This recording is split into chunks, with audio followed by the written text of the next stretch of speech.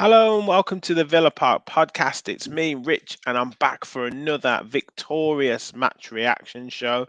And joining me is Martinez himself. I don't know if it is the Martinez, definitely not. Hmm. But we could argue a better alternative. Martin, how are you doing, mate? All good.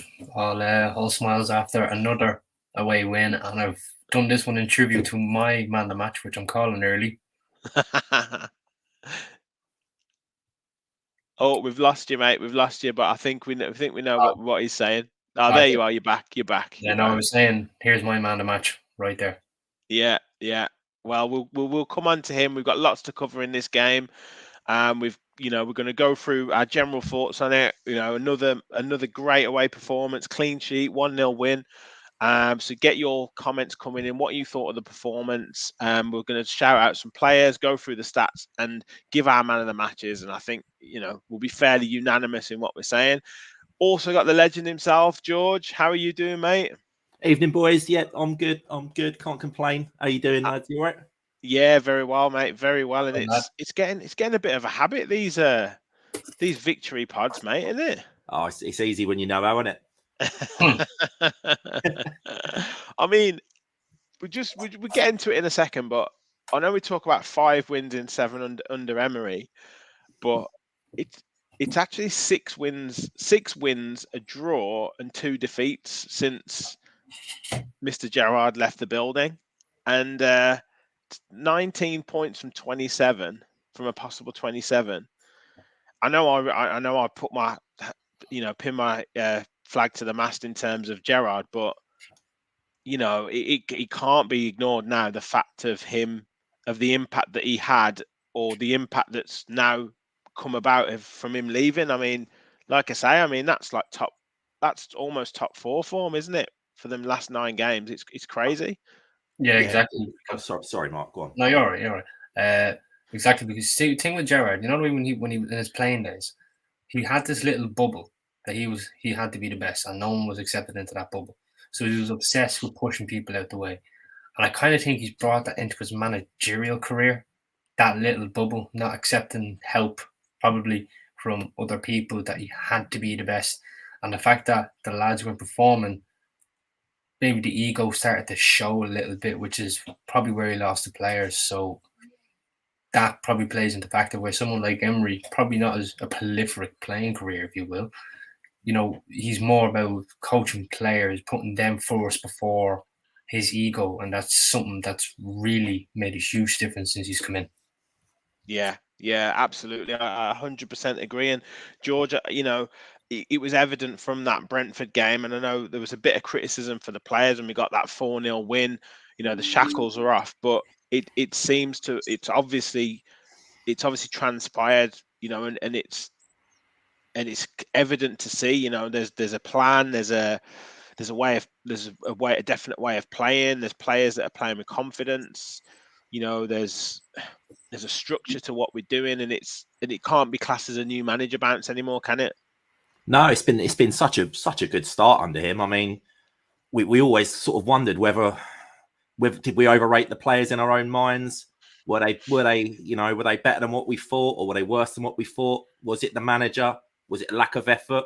Was it players on too much money? But it's looking like we just needed a top quality manager in there, someone that's been there and done it.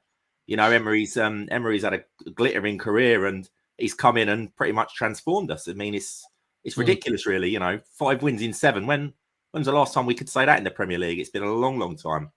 Yeah, yeah, and if we beat Leicester in the home game in a couple of weeks, obviously we're not in the FA Cup anymore, which is one curse that Emery should be able to rectify next season. It's 2.2 points per game from those 10 games, and that's a considerable trend in form. It's not like you win a couple of games and then you kind of clutch in. It's a real kind of change in form. So yeah, long may it continue. And guys, we've got comments coming in.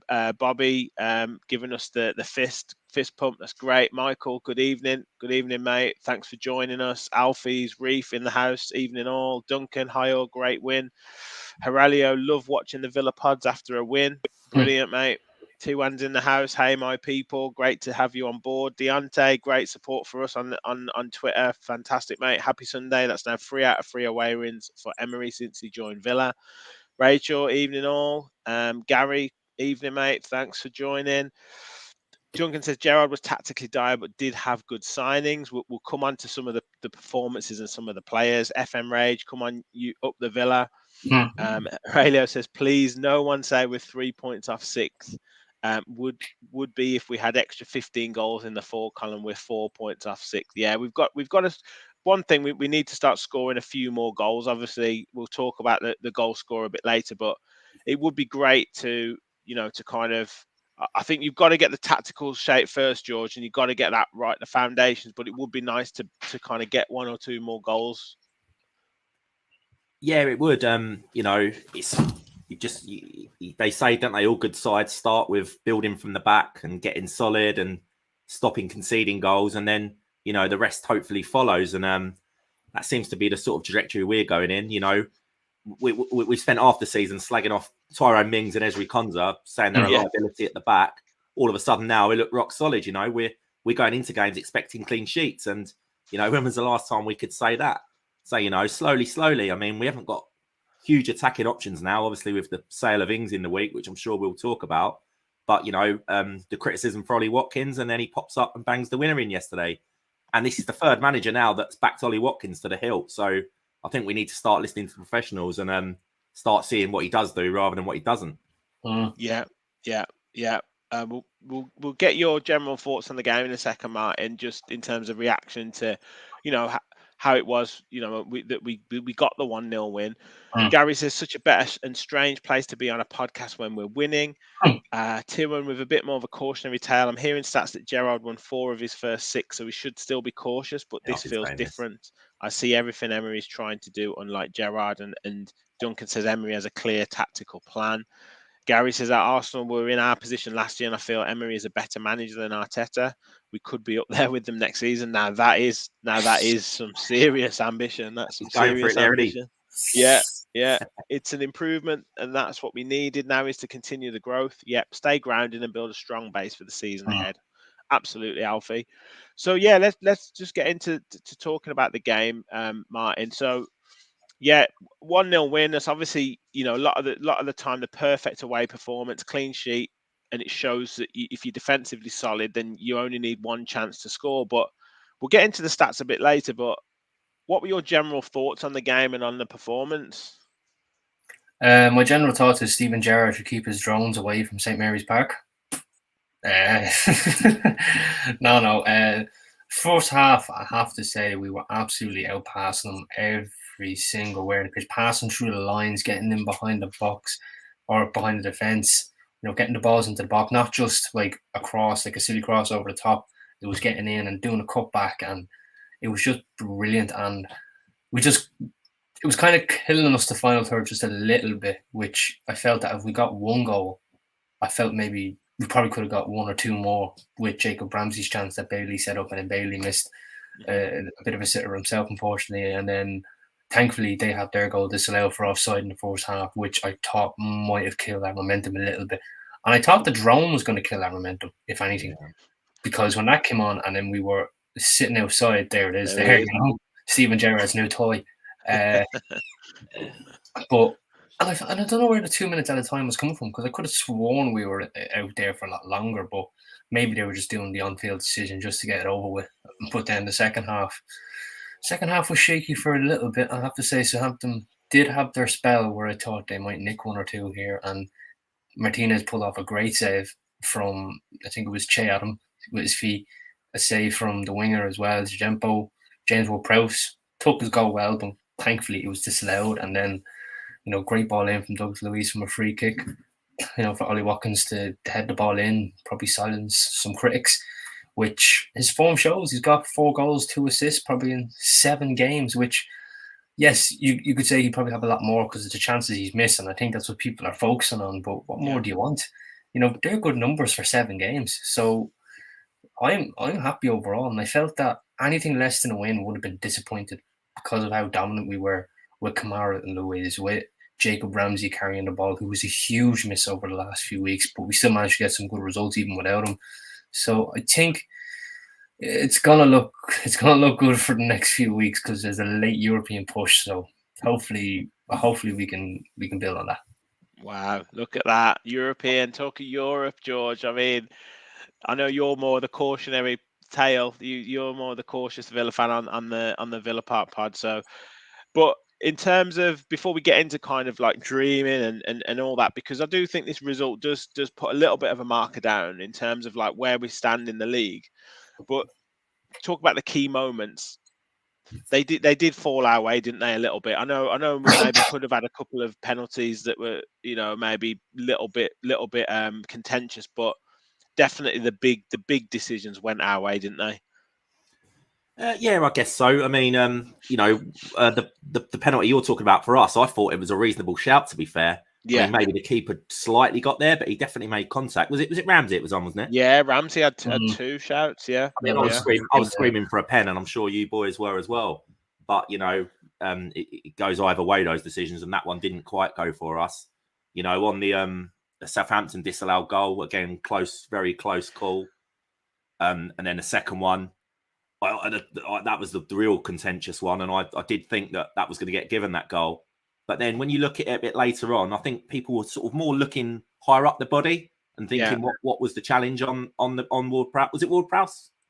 Yeah, Ward-Prowse was with the goal. I think it was Elyounoussi who stood on the back of his ankle. But then the reason why is because he then played the ball back to he then affected the play. So if he hadn't have done anything, I don't think they would have turned it over. But yeah, I mean, ultimately there were the right decisions, but you can understand the frustration from the opposition point of view, can't you?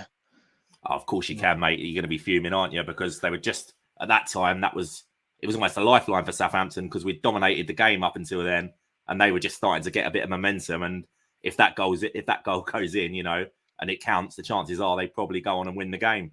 But fine margins, and it didn't, and it was us that went on and won it instead. Yeah, exactly. Duncan says, don't forget the 2 blatant penalties. Yeah, I definitely think we had a shout for at least one of those.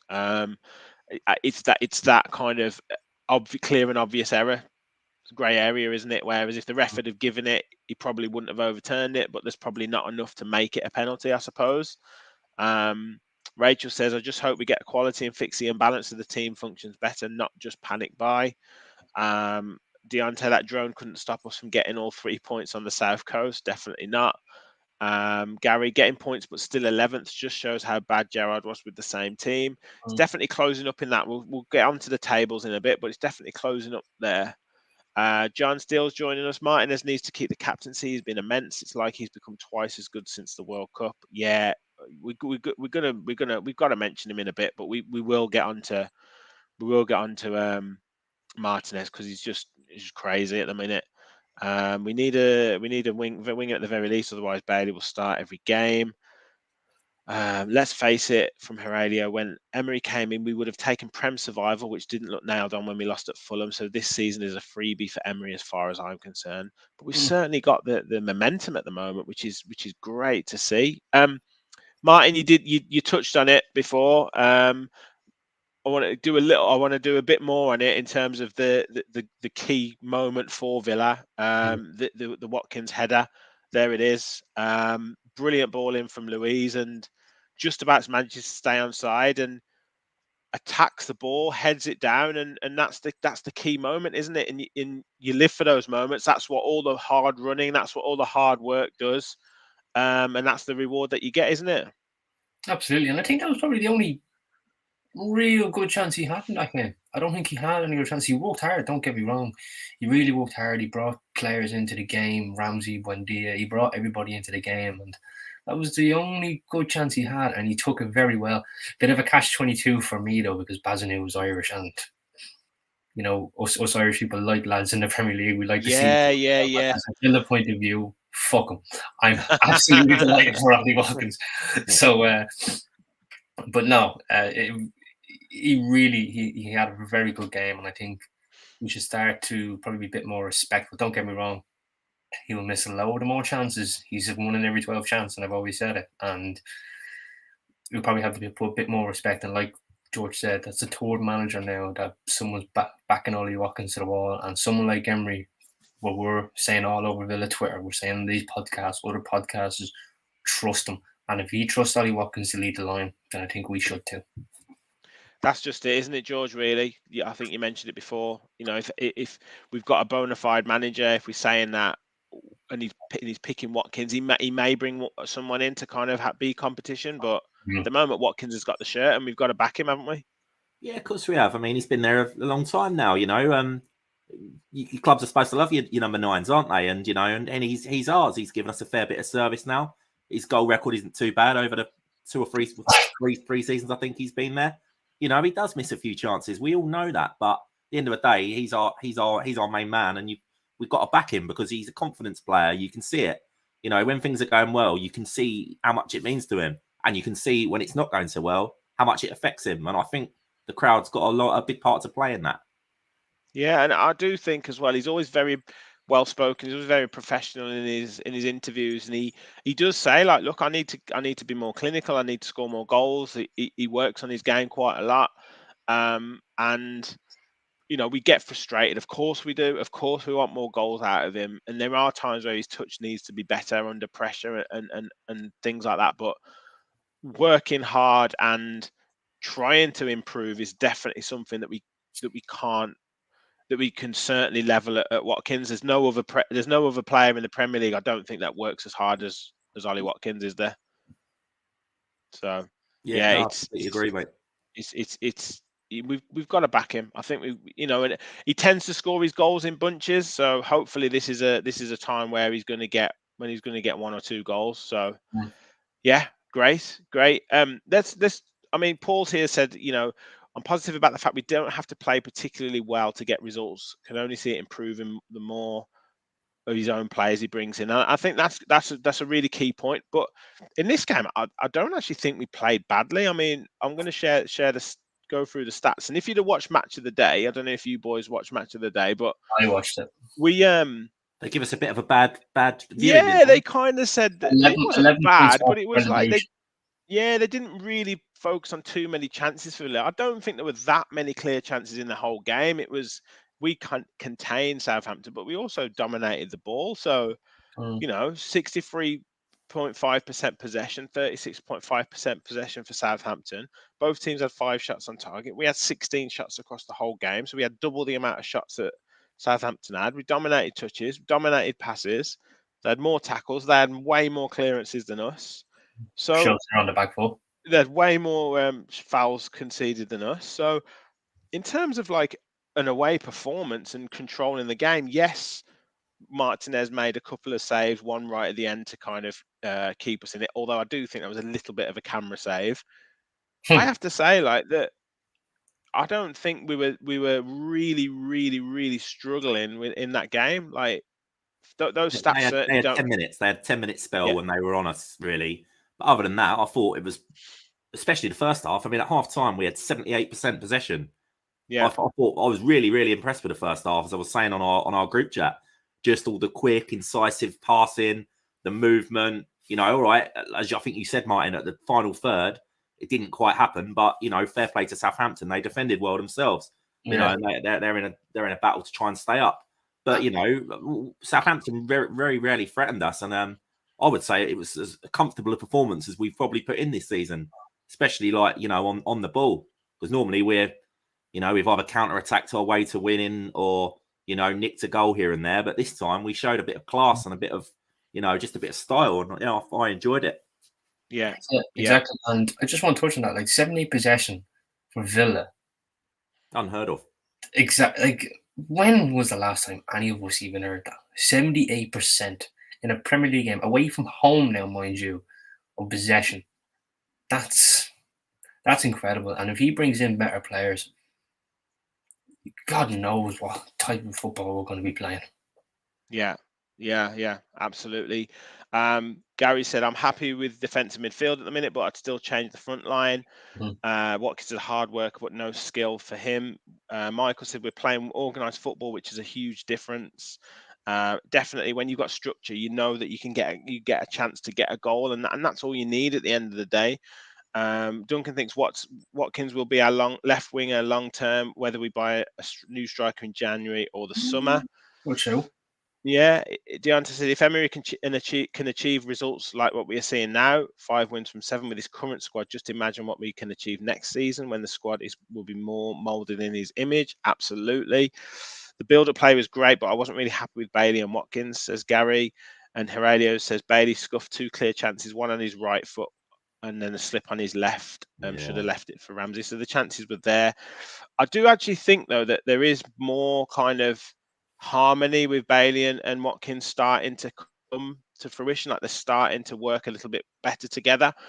And I did want to focus on one player in particular who kind of seems to knit that together in terms of that transition from midfield or kind of the defensive third is Jacob Ramsey. And I just thought he made a massive difference in terms of carrying the ball yesterday. And I just think he was being isolated. What your boys are on his performance yesterday? Shall I answer that? George, what do you reckon? Yeah, I thought he played very well. I'd say him and Martinez between them were oh no, I don't want to spoil it. You got your bit at the end for that on Man of the Matches, haven't you? Even though I've just given it away. But you're all right. I just thought he was really good, mate. Just controlled the game really well. He did everything well. He's carried the ball nicely. I thought he was good in the tackle. I thought he was quick. He looked fit and sharp. Yeah, decent game from Ramsey and showed us what we've been missing over the last sort of 5-6 weeks. You know, where we've won games, but we haven't had that. We haven't had that bite in midfield, and I just thought, it was a very welcome addition to come back. Yeah. You, Martin, are you similar with Ramsey? I mean, he looked back to his best in that kind of driving runs, and he would have capped it off if he'd have scored a goal. But I just thought he gives us that threat, and he's a perfect for when I've seen Villarreal under Emery in the Europa League. He loves those midfielders who can take the ball from one penalty box to the other, and he seems like he'll be a perfect Emery midfielder. Are you there, Mark? Yeah, I'm here. It's you that's freezing at the minute, actually. Yeah. I agree. I think Ramsey is he's someone we really missed over the last few weeks who can just carry the ball forward, just getting it out of the defence, just getting us out of trouble and maybe drawing in a foul. And that's something we've really missed. And I know we still got some good results without him, but you did miss that someone just to drive in and give it to someone else and who can probably create something. And he's really starting to come on now. And I think he started with us when he was like 17, 18. And I wasn't really raving about him too much. I was like, all right, give him a bit of time. Like, and I know some raved and some didn't. I was a bit skeptic of him because, the whole thing with Grealish when he came in, it was all we were raving about him. I didn't want to rave too much about Jacob Ramsey, but now he's unbelievable, and he's going to be one for the future for us. And hopefully, he says for a long, long time, if we do get, let's say in a few years, we do get these European places, I don't see Jacob Ramsey leaving Villa whatsoever. He's gone from like a boy to a man very quick, hasn't he? You look at a year and a half ago, he looked very slight, very lightweight. But all of a sudden now he looks like he's got a bit of size. He's got a bit of heart now and a bit of muscle about him, and it's really shown in his game. Like last season, he had some glimpses where he was brilliant in some games, and then in other games when you needed that physical battle, he was pushed aside a little bit too easily. But now he's saying to a lot of the lads, "Get out of my way," and it's really good to see. It's a massive improvement, even from him and from the coaching staff, to get him to the level where he is at now. Yeah, long may it continue as well. And another player I wanted to shout out, who we obviously gave Kamara a lot of credit in the last game. He obviously had another good game, but he's come under a lot of criticism from myself in terms of consistency. But I thought Douglas Luiz was excellent yesterday. Obviously the goal. I guess how impressed have you been with his performances, George? Yeah, Louise has done okay. He's definitely improved. Since Kamara's come back fit, Louise looks a better player when he plays with Kamara in the midfield. Yeah, he just looks composed. He knocks it around really nice. He just kind of knits things together, doesn't he? Yeah. I'm still not overawed with his set pieces from free kicks, and I keep banging on about the fact I want Ashley Young on free kicks. I'm desperate for it because Louise has never really done it on free kicks for us, and Yasmin his whole career. But yeah, that's not knocking Louise whatsoever because he's looking all right. You know, he's still a tad inconsistent. He might play 2 good games in 5 or 6, but you know he's doing okay. And when we win, he generally does play pretty well, doesn't he? So yeah, he's doing all right. I think that's the point. You know, when he plays well, and obviously when Kamara plays well, and he's in a real rich vein of form at the moment, we win games, and that's the importance of the midfield. That's what they've got to be there to do. So, yeah, I just think he's playing very well, and it's good to see that he's got a midfield partnership now, and it seems to come in that midfield. And Mart, what can we say again about Kamara? He's just amazing that we've got him. Oh, just no. When I made that mess up of having 2 Kamaras in midfield, I really wish that was a true thing. You know, because he is just absolutely fantastic. We could be probably playing some of the best football ever, and he'd still be levels above the players that we have now. Like he's just, and he's still only 22, mind you. Like 22, free transfer, and he's absolutely bossing it. He's probably the 4th best, maybe 3rd best defensive midfielder in the Premier League at the minute, and no one's giving him raves. They're all saying about Thomas Partey, Casemiro, and actually, funny enough, probably Kamara is probably the 3rd best defensive midfielder at the minute. But like, we've had defensive midfielders in the past, and that's all they've done. Like we used to talk about Nakambo, we're big fans, Mark, weren't we? But Nakambo was just a stopper. Now we've got Kamara. I think it's doing him a disservice calling him a defensive midfielder because he can do a bit of it all, mate. Yeah, it shows to show passes. Yeah, it shows the difference now in a proper defensive midfielder who can break the play as well as play football. He's and I remember against Leeds, and I was watching it live. How he's able just to, when the Leeds were pressing, and you know the way Leeds press, it's proper rock and roll. He was able to just glide, like he was able to just get past them and just break the press, just for an extra second of holding the ball. He was able to break that press and get the ball off forward. And I was just sitting there going in awe of him because he's absolutely fantastic, and he's probably up there with one of the best midfielders we've had. And I know we've had him for a few months, but he's just been unbelievable. And I don't think any Villa fans can rave him any higher than what we already can.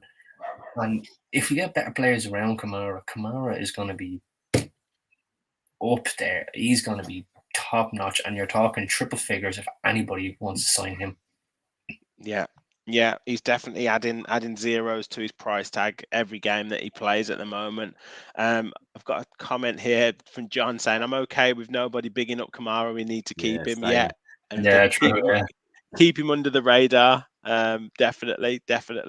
Guys, we've got some great numbers watching, so please do leave on the video. Help us spread the word of the channel. We are on 857 subscribers, I think, at last check. So that is just fantastic in the last few weeks. If you're watching and you haven't yet subscribed, then please do. We really want to hit that 1K mark and go beyond that. So yeah, thanks for everyone's support. It's been brilliant. But yeah, please do leave a like and subscribe if you are new. Boys, I want to get on to your man of the matches. Let us know in the comments what you think. I think you've given your clues already as to who you think deserves it. But Martin, I'll come to you. The name on your header, who you pick. But yeah, just talk to us about why. Just making 2 big saves, just to keep us 3 points away from home, and he deserved a clean sheet. He was due one. He really was due one, and there he is. Look at him. 2 of the most beautiful people I've ever seen in my life. But you know, I think he was just, and you know what? For once, he didn't even do any time wasting. He didn't do any shit house around like that. He'd done his job. Yes, you could argue one of them saves was a camera save, like you pointed out, Rich. But then the one from Shea Adams, where I know it was straight at him, but that's one of them that could easily go in as well. And he was able to save that. And I just thought Yeah, he's my man of the match. Like, he kept us in that game in moments when Southampton had that spell. And that's what you need from your keeper. Even when the team is having a bad spell, that's when your keeper needs to step up and make some big saves. And he made 2 of them. So for me, he's man of the match. Yeah, well, I think you're getting a lot of agreement in the comments, and I believe it was his 30th clean sheet for Villa, so that was a good milestone that he hit last night. But yeah, Duncan's agreeing with you. Emmy, man, Emmy. Gary says Senor Martinez. Really random reviews who's joined us. Emmy Martinez possibly for me. Worldy saves. Credo says Emmy Martinez easy. Villa Reaction says Emiliano Damian Martinez. Aurelio says Debu. And Deontay says 2 crucial saves from Emmy Martinez earned us those vital 3 points. And that's what a good goalkeeper does, George. Now, you mentioned Ramsey. Is he going to topple him off that spot, or are you going to go with a Watkins or anybody else in there? No, I'd go straight across the middle, Martinez and Ramsey. I just thought Ramsey, he just set the tone with the tempo of his play. Even though he's not the slick passer, the passer's probably Kamara. But Ramsey was so quick onto winning the balls and getting in first, and he just sort of kept setting us on our way. And I thought he had a really, really good game, as I'd said earlier. And with Martinez, like when you give a goalkeeper a man of the match, you sort of get the impression that we were under the cosh, but we wasn't really. But it wasn't that. I don't know. With Martinez, he just looked so confident, didn't he? Yeah. I don't think I ever thought he was going to concede. And he's won the World Cup now, and he had a bit of stature anyway, but he's got even more stature now. He's coming out, he's racing out, and he on the halfway line. He's like a bloody, and it's so good for defenders, isn't it? It's so good for defenders. He's passing it around. I just thought he played really well. We were never conceding yesterday. Yeah. So I've been the joint man of the match for me. Absolutely. I think this point, like Villa Reactions there said, they pointed out our match of the day, and he's looking really confident with it. He's a towering influence at the defense. He's just such a, I don't know, just such an influence at the moment. And I remember saying that a good goalkeeper wins you 12 to 15 points a season, and Martinez has got to be in that category at the moment. He will win us points this season. Obviously, a 1-0 win yesterday makes a save right at the end. You can point to winning us those points to the yesterday, and he's going to do that again for other games this season. So, absolutely, yeah, he's just great that we've got him, and he seems like he's really happy at the club. So, yeah, let's just make sure we get in players to keep improving the team. I wanted to show you the table, lads, just to kind of get your thoughts on what you think we can. I know we don't want to get ahead of ourselves and all that sort of stuff, but just to have a little look, what your thoughts are, because we're 11th at the moment, as you can see there, 1 point behind Chelsea and Liverpool. Obviously, there's goal difference in there as well. 2 points off Brentford. And 3 points off Fulham and Brighton. But the key thing is we're 4 points above Crystal Palace, and then we're like 7 points above Forest, and 10, 11 points away from any trouble. So it's one of those moments we really are looking up the table as opposed to down the table. And I'll come to you first, Martin. Does that kind of change your expectations for the season now that we are where we are? Yeah, and I just want to, before I get onto that, but with the BBC saying we're 11 points off relegation, and just on that table there, Liverpool, Chelsea, Brentford are only a point ahead of us, and none of them even said, "Oh well, these 3 clubs are only 12 points above relegation." They're talking about how they're getting into Europe, and we're only a point behind that. But it does definitely change expectations, and I have here the set of fixtures for them clubs that are coming up next. We have Leicester at home. Brentford will have Southampton at home. Liverpool are away to Wolves, and Chelsea are on a Friday night. It would be at home to Fulham. So there's some fixtures there that could potentially cause an upset. Like Brentford, they've been a bit dodgy against the teams in the lower half. So Southampton could steal something there, potentially getting us up the table. Should we get a result against Leicester, let's not get our hopes up on that. Wolves as well could get one because Liverpool haven't been great away from home either.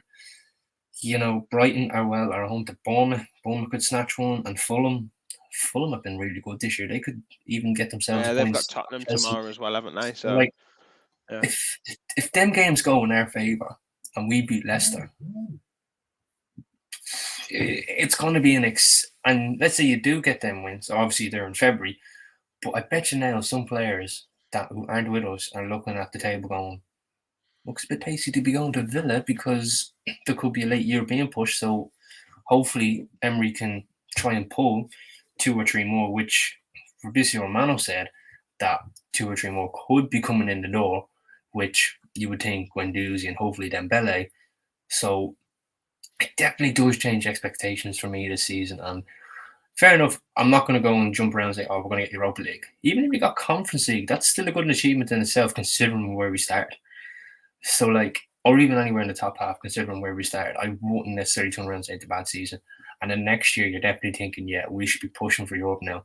Because if he has these set of players he has now, playing the way they're playing, and he gets Europe, you can only imagine what's happening because the sky's going to be the limit. Yeah. Well, I think you said it really well there. Comments coming in. Michael says 1 game at a time. Ken says Fowler. How many times Dougie scored a goal from a corner? Yeah, I was talking about free kicks there, not corners. Yeah.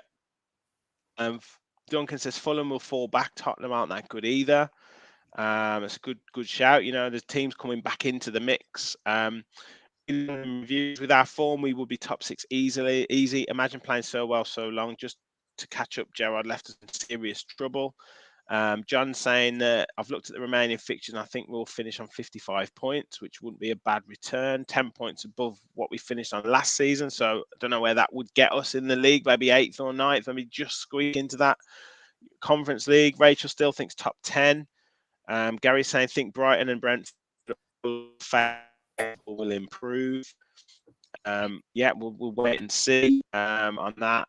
What have we got here? Tywin says we need to beat Leicester because it's City and Arsenal back-to-back next, and they will not want to drop any points, so we need to cement 11th spot for now. That's a good point. Villa Reaction says top 7 is too far out of reach for him. We're too inconsistent, plus we're not going to beat Liverpool and Chelsea to the top 7. Yeah, get against the couple of those big teams, isn't it? If we could, I don't know, squeak a result against Arsenal or even try and get something at City like that, that would really cement us and give us a chance. But at the moment, that distance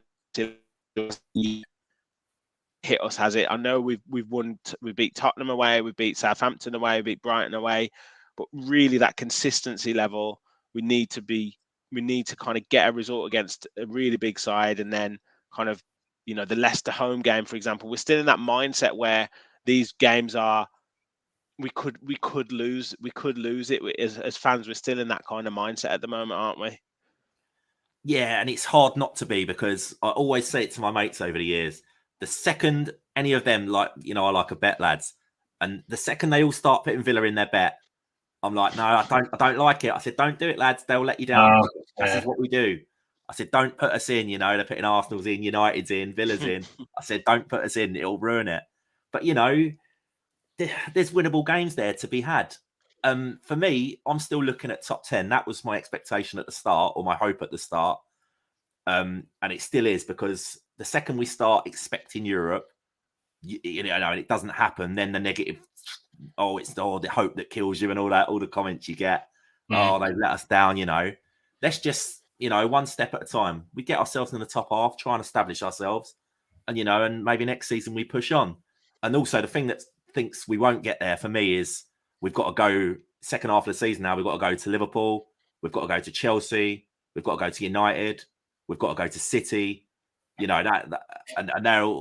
they're going to find their groove eventually. A lot of those sides are not playing at their best at the moment, but full well with the run-in, especially like teams like City, are going to need to start winning. And I think it's a tough ask there. That's 4 games there that you'd expect on paper to lose straight away. But you beat the teams around you, just underneath us, the sort of middling sides where we often struggle and we're inconsistent. Why not look at an 8th, 9th, 10th sort of finish? But we'll see. If we was to do better, then brilliant. I'm all for that as well, of course. Yeah. Rachel just pointed out, and I did just have a message there that from one of my mates. He said that just check Twitter and potentially take with a pinch of salt. But it looks like Sanson's maybe going on loan to Strasbourg might be with an option to buy. So players going out, and you mentioned the show. Fabrizio Romano was saying, at least 2 to 3 players are coming in from a Villa point of view. Sanson and Nakamba probably the most likely to go, and the bench was looking quite weak, although we did have injured players to come in. Mark? Yeah, you can definitely see a few going all right, which I'm looking at here, more players to leave Villa that Unai Emery is looking to use the January transfer window as an opportunity to shape an Aston Villa squad into his own. And the Spaniard, and in fairness, he hasn't, has made no secret of his desire to sell French players. So whoever he's telling that you're free to leave, obviously there's works going on at the minute. Haven't really heard any links around to Nakamba about him going. So maybe no one really wants him at the minute. So it could be a situation he might not leave for the summer. Sanson, who put in that comment for about pitch Rachel said Rachel said he looked like he's going. So, and then Villa reaction said there. Sorry, Rachel, I've said your name now. Obviously, he looks like he'd be going to Strasbourg. Apparently, Chambers is another one on the list who could be getting rid of. But maybe that one could not be till the summer, I reckon, just for cover for the back in the midfield, because he does kind of like Chambers in there. Then Donker, I reckon he'd be gone this summer. There's definitely players there that would be gone. And apparently, Nathan Jones, the Southampton manager, has had a few chats with Jan Bednarek. So there could be a potential recall there, which every Villa fan would welcome. So I think there's going to be a lot more gone rather than coming in this month.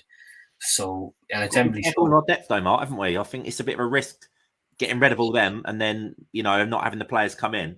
Well, it is a bit of a risk, but when he wants them kind of gone now, you kind of have to accept it regardless. And if the younger players, take their chance, happy days. I mean, I think a lot of people are forgetting Caden Young has signed his first professional contract with the club. And that's inevitably like a new signing because he's now a professional footballer. He's not someone who's there just to sit on the bench anymore. So hopefully he gets his chance. And I know Kesler Hayden wasn't on the bench for the game against Southampton, but hopefully he gets a game or two. And, there could be players stepping up, which Emery might try out. And that's something we're just going to have to welcome. Yeah. Do you see LA was big rumours on him all week? Guendouzi is saying apparently he's had an amazing offer from Villa. And looks like he's played his last couple of games for Marseille. Are you expecting business to be done this week? We've obviously got 2 weeks off until we play again. So lots of dealings can get done. Are you expecting stuff to be done? Well, with him actually coming out publicly saying that Sanson's available, Nakamba's available, Osgustinson's available to go back. I think he did mention Bednarek going back to Southampton, like you just said, Mark. So you'd imagine that there's got to be irons in the fire, isn't there? He's just let Danny Ings go to West Ham. So you're not getting rid of all of those without anyone coming in, especially with the run we're on, because you'd just be leaving yourself massively short. So, I'm guessing I like the Dembele. This is the Dembele that used to be at Celtic, right? Have I got that right? Yeah, this Dembele used to be at Celtic, yeah. Yeah, he used to bang the goals in there, didn't he? He was really good. I'm not sure what's happened to his career since, but it looks like featured. We did a little feature on him in the last episode, and he's got 55 in 120 for Lyon, and I think he got something like 26 in 50 for.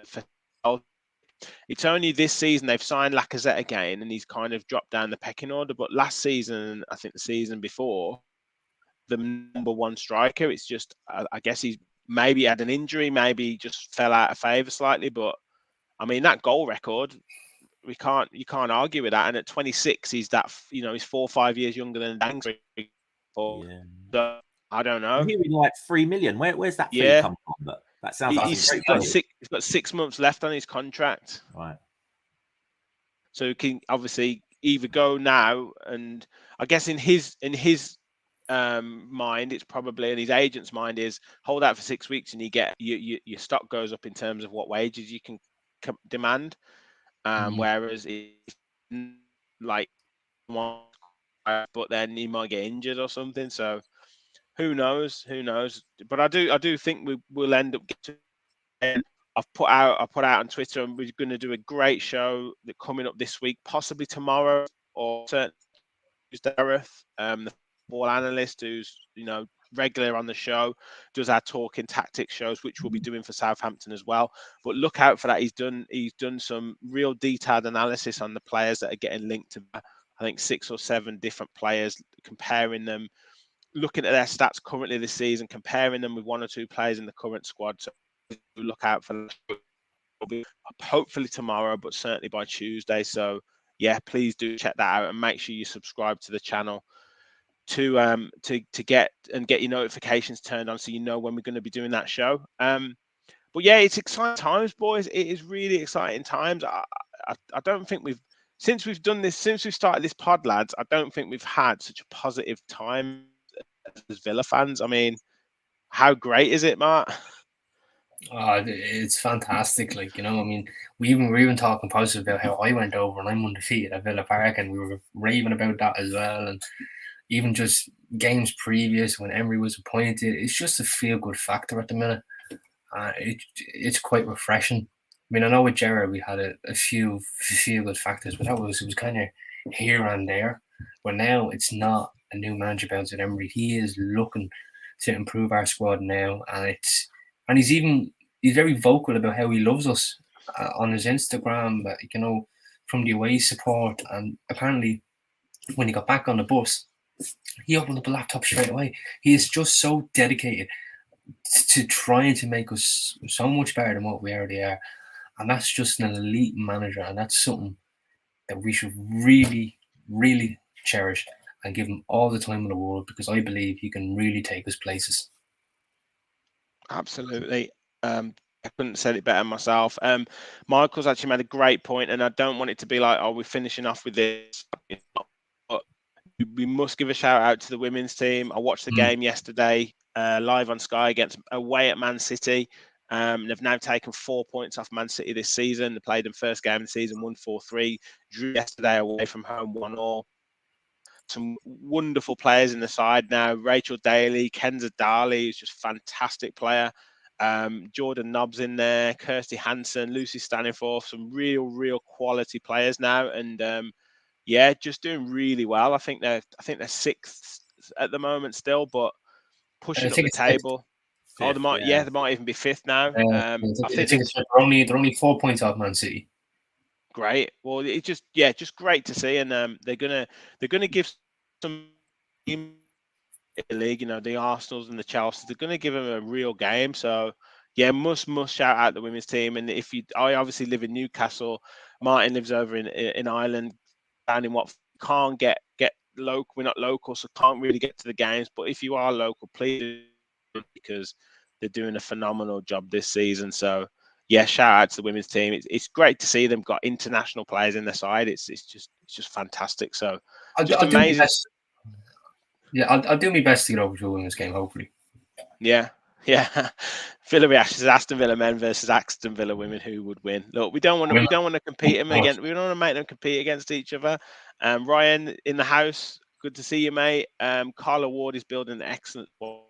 She's signed a contract extension, which is fantastic for the news for the club. And do you know what really impressed me about her? She's just very calm on the sidelines, like yesterday. Doesn't panic, doesn't make any rash decisions. And also shout out to the supporter. I don't know if you boys watched it, but there was a Villa supporter who just constantly sang all game, like Carla Ward's Claret and Blue Army, Villa. So whoever that was, absolutely shout out to him, because he was brilliant. And yeah, Michael says Kenza Darley, Gordon Cowns reborn. She's got an engine, absolute engine. So yeah, brilliant for the women's side. Amazing times for the men's side as well under Emery. We what's the song? We've got Super Unai Emery. Yeah. I know you don't like it, George. I know you don't like it. Jumping on the bandwagon, we're copying. I know, mate. I know. You're ever so Grinch in Georgetown. Sorry, lads. I know. I can't help it. But everyone, thank you so much for tuning in. It is brilliant to do. Happy podcast when we're winning games. It is just great to see.